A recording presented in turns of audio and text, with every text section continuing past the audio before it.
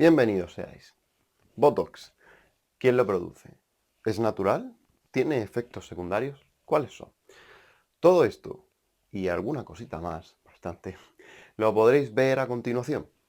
Pero para eso tenéis que quedaros. Por cierto, Botox no existe como tal, es solo una marca comercial. ¿Queréis saber cómo se llama? Quedaos. Para comenzar, me parecía muy interesante hablaros un poquito sobre la historia, porque es apasionante. ¿Cuándo empieza esto del Botox? Bien, pues empieza en el siglo XIX, cuando en 1817 el médico y poeta alemán Christian Andreas Justinus Kerner descubrió por primera vez el Botox. Consiguió extraerlo de salchichas en mal estado y además demostró que producía parálisis esquelética en animales. Ahí ya empezó a sonar un poquito el revuelo con aquello del Botox.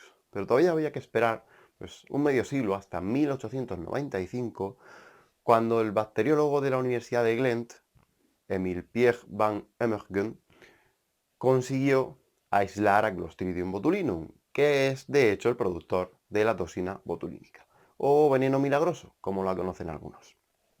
Bien, el siguiente evento de referencia lo vemos en los sombríos laboratorios de la Segunda Guerra Mundial, porque fue entonces cuando Estados Unidos encontró en la botulina un potente arma biológica y por tanto dispuso laboratorios y fondos para estudiarla. Uno de estos laboratorios es bastante famoso. Se encuentra en Maryland, es el laboratorio de Fort Detrick y bueno, puso a su mando a Sanch, que en 1944 consiguió ya no aislar, sino cultivar a Clostridium botulinum y con ello extraer la toxina. Por tanto, no hubo que esperar muchos años hasta que se dio el siguiente avance. En 1949, Arnold Burgen demostró que el mecanismo de acción de la botulina era inhibir la acetilcolina, que como os explicaré después es necesaria para la contracción muscular.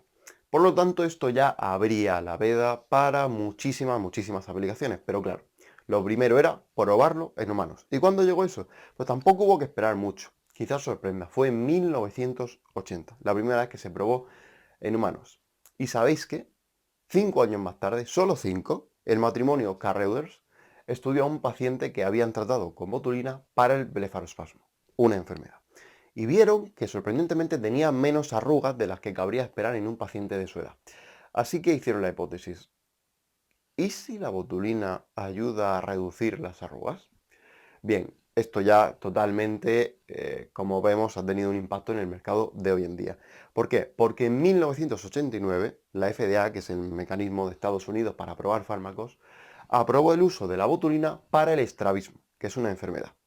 Pero no fue mucho más tarde, solo 2002, cuando se aprobó con usos cosméticos. O sea, con lo cual aquí ya sí podemos ver, desde este año 2002, cómo hay ciertos famosos que se van a hacerse tratamientos y pues, luego salen en la televisión con sus luces y sombras, vamos a decir.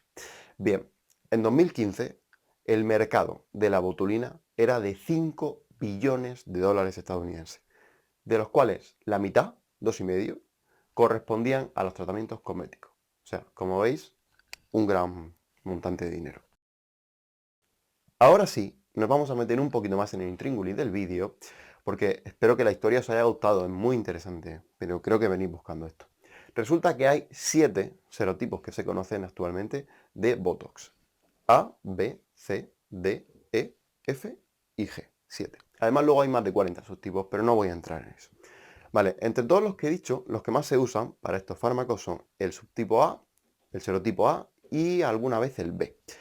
¿Y qué pasa? Que he comentado antes que Botox no es más que un nombre comercial. Entonces realmente, ¿cómo se llamaría? Pues se llama o toxina botulínica o ya según la preparación, por ejemplo, el Botox, su nombre real químico sería Onabotulinum toxin A, porque es del serotipo A.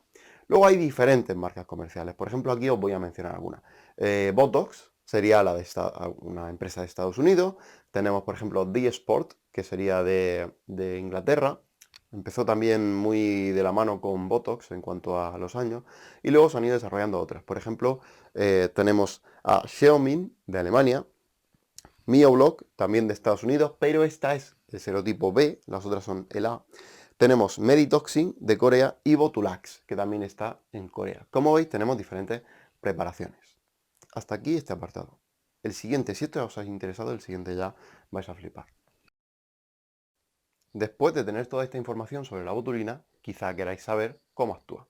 Y eso es a lo que de verdad le quiero dar mucha atención, porque es con lo que quiero que os quedáis. Bueno, ¿qué ocurre? Que para que se dé la contracción muscular, la neurona tiene que decirle al músculo que se contraiga. ¿De qué manera ocurre eso? Pues la neurona libera acetilcolina, esta acetilcolina llega al receptor del músculo y el músculo con esa acetilcolina entiende que se debe contraer. Entonces, ¿qué pasa? Que si esta acetilcolina no estuviera, por lo que sea, el músculo no se va a contraer, no lo va a entender. Eso es lo que a grandes rasgos hace la botulina. Nosotros tenemos aquí nuestra botulina, consigue entrar en la membrana, penetrar en la membrana de la neurona, penetra por aquí y se carga las vesículas de acetilcolina, la rompe. ¿Qué pasa? Que si estas vesículas no están, naturalmente no pueden viajar hasta aquí y no se le puede dar al músculo la orden de que se contraiga. Con lo cual entenderéis que esta contracción no puede darse. Ese es el mecanismo de actuación. Y claro, probablemente os preguntaréis, ¿y eso es instantáneo? En el momento que te la inyectan la toxina, ¿no puedes contraer los músculos? No. Este efecto tarda en hacer el máximo 2 semanas. Desde que te la inyectan, 2 semanas. Y luego puede prolongarse hasta 3 e incluso en algunos casos 6 meses. Aunque lo normal es entre 3 y 6, un tiempo intermedio. Con esto espero que hayáis entendido cómo actúa. Cualquier duda me preguntáis en los comentarios. Claro, os preguntaréis en qué enfermedades puede llegar a usarse el Botox, porque no solo se usa en cosmética. Entonces, lo primero, obviamente, lo que he dicho, cosmética, los fines estéticos, lo vemos todos los días en la tele. Pero además se usa en el estrabismo, en la migraña crónica, en la distonía cervical, en la incontinencia urinaria, en la hiperhidrosis, muchos, muchos y muchos más. Bueno, después de entender el mecanismo de acción, probablemente queráis saber qué efectos secundarios puede llegar a tener la toxina. Y es lógico, ¿no? Porque algo que inhibe la contracción muscular, pues puede ser peligroso, ¿no? Bien, pues quiero dejar claro que la botulina es un fármaco, y remarco lo de fármaco, bastante seguro. Pero no nos equivoquemos, es innegociable administrarla por profesionales. ¿Por qué? Porque su dosis letal 50 es de 3 nanogramos. ¿Qué quiere decir esto? Os pongo un ejemplo. Si cogemos un grupo de 100 personas de 70 kilos, con administrarle 210 nanogramos, que es nada y menos, a esas personas, 50 de ellas morirán.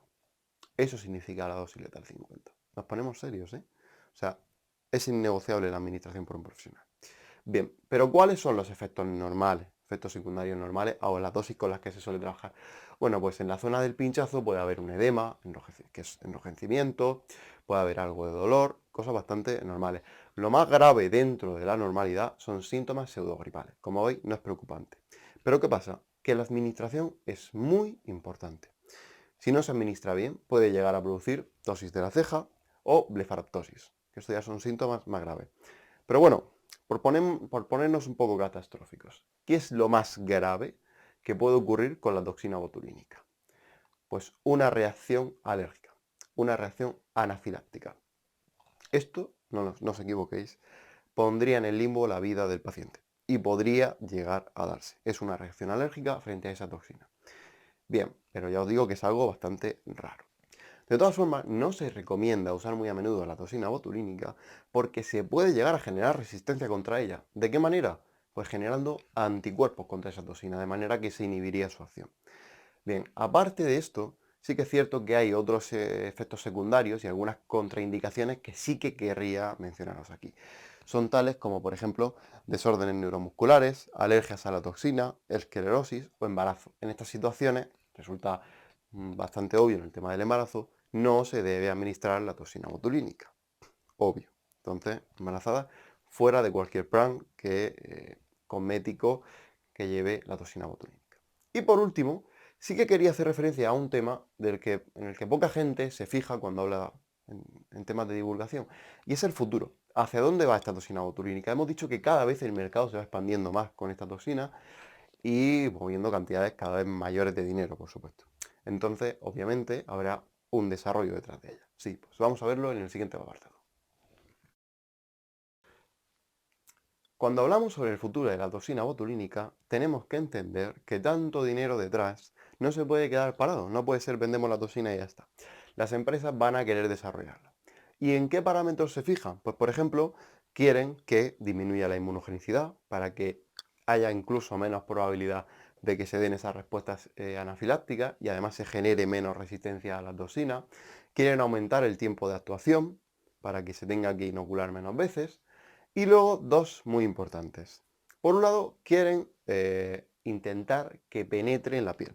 ¿Para qué? Pues para que se pueda aplicar en forma de crema. Así no tenemos que ir al pinchazo, que a muchas personas les genera cierto rechazo. Mira, qué pareado me he hecho. El pinchazo con el rechazo.